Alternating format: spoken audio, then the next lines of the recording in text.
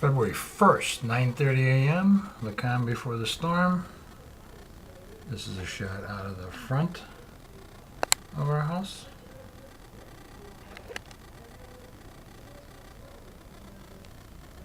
And then we'll go to the back and check that out too.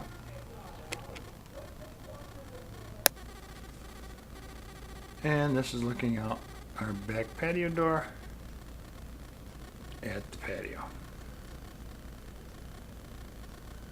which is under construction.